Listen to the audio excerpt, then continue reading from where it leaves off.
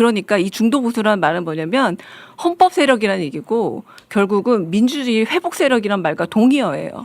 민주주의를 회복하기 위해서는 중도 보수의 가치를 살려야 합니다. 제가 오늘은 조금 인문학적인 용어로 좀 풀어보고 싶은데 항상 인문학적 용어로 유일하게 풀어주셨어요. 네. 네, 지금 정치란 무엇인가와 함께 좀 얘기를 하고 싶습니다. 아까 자기 증명을 위해서 이념을 적었던 한국의 역사가 있다면 필립 로스의 휴먼스테인이라는 소설을 보면 자기 증명을 위해서 스스로 인종을 적는 장면이 나와요. 그래서 하얀 흑인이었던 주인공이 스스로를 유대인이라 적는 장면이 등장하고 그로부터 인생이 바뀌는 장면이 나오거든요. 19세기 말에 태어난 안톤 체홉이라는 작가가 꿈이라는 소설을 씁니다. 이 꿈에는 유형지 시베리아를 향해 가는 세 사람이 등장해요. 한 명은 범죄자고 두 명은 경찰관이에요. 근데 이름은 등장하지 않습니다. 그런데 가면서 이야기를 나누기 시작해요. 시베리아라는 곳은 아주 어딘지 알 수 없는 그런 미지의 장소인데 이 미지의 장소를 이야기하면서 갑자기 경찰관과 그리고 죄를 지은 범죄자의 경계가 사라지게 됩니다.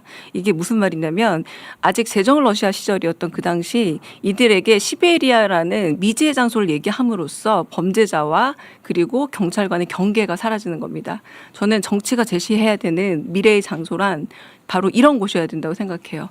경계가 사라지는 곳. 그리고 이준석식의 갈라치기가 감히 건접할 수 없는 그러니까 쪼개먹기나 갈라치기나 계급이나 계층적 차이나 이런 것들로 인해서 결국 이야기를 나누다 보면 우리가 거기 갈지 안 갈지는 모르겠어요. 그러나 김대중 대통령도 언젠가 우리에게 갈 수 있는 미래를 언제나 제시해 주셨어요.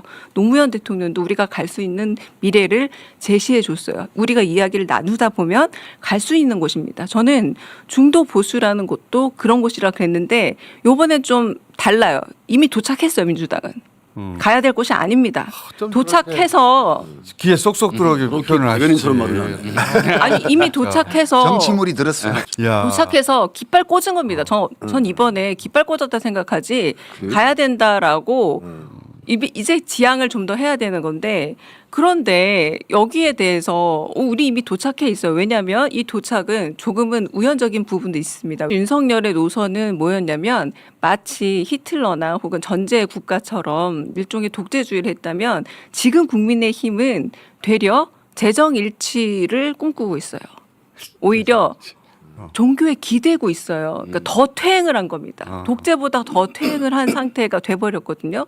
그러다 보니까 우리가 소위 말하는 중도라고 말하는 합리적 보수라고 말하는 이 지지 세력이 도저히 지지할 수 없는 정당으로 쪼그라들어 버린 겁니다. 그렇다면 이 중도 보수는 이미 비어있는 땅이 돼버렸어요. 그렇다면 여기에 대해서 오히려 설득할 수 있는 요소를 갖추고 있는 건 민주당은 충분히 자격을 이미 갖추고 있다. 그런데 왜 중도 보수가 아니라고 하는지 저는 솔직히 아니라고 하는 이 듣다 보니까 민주당 선배님들한테 제가 좀 이거는 그래서 저거 막 갑자기 그 막 부분에 궁금해지는 대한 게 있어요. 조금만 더 얘기할게요. 존재에 대해서 궁금해하지 마요. 겐세이가 안 돼. 네, 그 존재에 대해서는 자기 부정 이미 현재적 자기 부정이다. 왜냐하면 민주당의 역사가 동적인 역사와 그리고 횡적으로 봤을 때 동시대적으로 지금 이 모든 두 개를 봤을 때 십자로 가운데 교차로에서 민주당의 역사를 봐야 하는데 언제나 너무 통시적으로만 보는 이 종적 역사에만 매달리다가는 역사를 오히려 잃게 된다라고 말씀을 좀 드리고 싶고 마지막으로 지금은 가치가 전도된 상태입니다. 가치를 세워야 합니다. 그러니까 이 중도 보수라는 말은 뭐냐면 헌법 세력이라는 얘기고 결국은 민주주의 회복 세력이란 말과 동의어예요. 민주주의를 회복하기 위해서는 중도 보수의 가치를 살려야 합니다. 이제 하나 덧붙이면 아까 그 게임 이론으로 볼 수도 있고 다른 한편으로는 중도가 되게 힘든 자리예요. 아, 그렇죠. 중도라는 남기 게 어렵죠. 뭐 우리가 중용의도 이래서 좋은 것 같지만 중도는 언제 통합의 힘을 발휘하냐 하면 자기 자신이 위력이 있을 때만 좌우를 통합해요. 그러니까 실력이 없으면서 이제 중도를 표방하잖아요. 그러면 찢겨나가요. 그게 이제 우리가 봤던 안철수의 중도가 막 극중주의 이런 것들이 자기가 실력이 없고 그리고 대중의 신임을 못 받는 상태에서 그걸 표방하면 결국은 어느 한쪽으로 끌려가게 됩니다. 찢어지거나. 극중주의. 근데 실력이 있는 세력이나 이런 세력이 중도를 표방하잖아요. 그러면 좌우를 끌어당깁니다.